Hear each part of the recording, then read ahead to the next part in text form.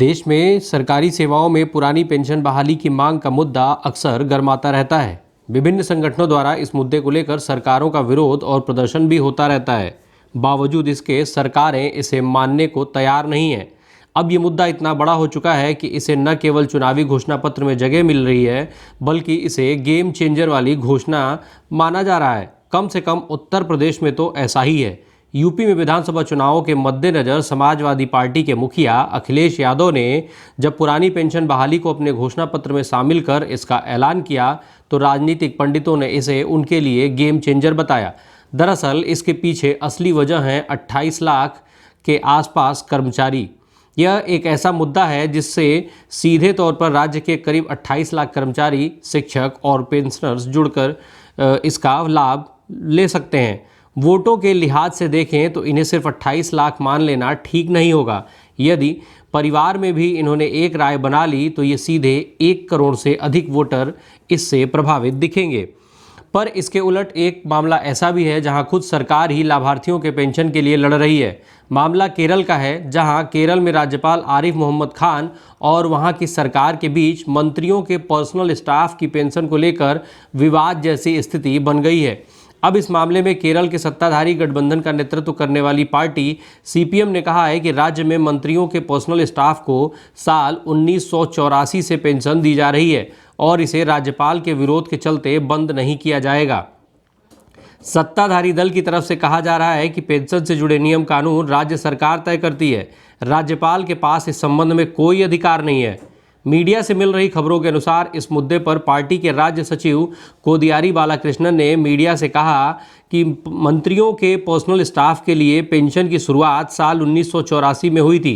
तब की यूडीएफ सरकार ने इसे शुरू किया था। इसके बाद आई सरकारों ने इसे वैसे ही चालू रखा।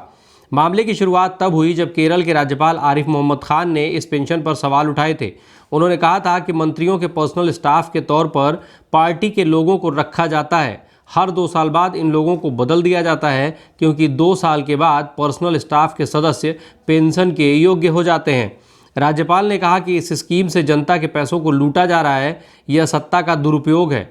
इतना ही नहीं, राज्यपाल आरिफ मोहम्मद खान ने राज्य के मुख्य सचिव से इस पेंशन को सस्पेंड करने के लिए भी कह दिया। इधर कोदियारी बालाकृष्णन ने कहा कि राज्यपाल ये फैसला ले सकते हैं कि उन्हें अपने स्टाफ में किन लोगों को रखना है, और उसी तरीके से मंत्री भी ये फैसला लेने के लिए स्वतंत्र हैं। उन्होंने कहा कि राज्यपाल की तरफ से ये कहना कि मंत्री हर 2 साल में अपना स्टाफ बदल देते हैं, पूरी तरह से गलत है। इस मामले में राज्य की मुख्य विपक्षी पार्टी कांग्रेस ने भी राज्यपाल के खिलाफ मोर्चा खोल दिया है। कांग्रेस का कहना है कि पेंशन स्कीम यूडीएफ के शासनकाल में शुरू हुई थी और राज्य की वामपंथी सरकार को राज्यपाल के आगे झुकना नहीं चाहिए। पिछले दिनों केरल सरकार और राज्यपाल के बीच तनाव की स्थिति बन गई थी। दरअसल सरकार ने सीनियर ब्यूरोक्रेट के.आर. ज्योतिलाल को सामान्य प्रशासन विभाग का मुख्य सचिव बनाया था, जिसके बाद आरिफ मोहम्मद खान ने राज्य सरकार के ऊपर अप्रत्यक्ष तौर पर राजभवन को नियंत्रित करने की कोशिश का आरोप लगाया था। इस बीच ज्योतिलाल ने सरकार को एक पत्र लिखा जिसमें कहा गया कि गवर्नर के अतिरिक्त पर्सनल असिस्टेंट के तौर पर एक पूर्व बीजेपी नेता को नियम कानून ताक पर रखते हुए नियुक्त किया गया। केरल सरकार और राज्यपाल के बीच ये तनाव बढ़ता चला गया। बीते 17 फरवरी को राज्यपाल ने सरकार के एक पॉलिसी डॉक्यूमेंट पर हस्ताक्षर करने से मना कर दिया।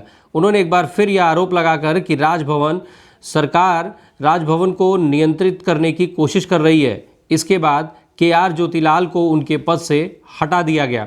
हालांकि सीपीएम के राज्य सचिव कोदियारी बालाकृष्णन ने यह जानकारी भी दी है कि इस मामले को सुलझा लिया गया है। उन्होंने कहा कि वामपंथी सरकार की प्राथमिकता हमेशा से ही मामलों को सुलझाना रहा है और केरल सरकार राज्यपाल के साथ किसी भी तरह का विवाद नहीं चाहती है।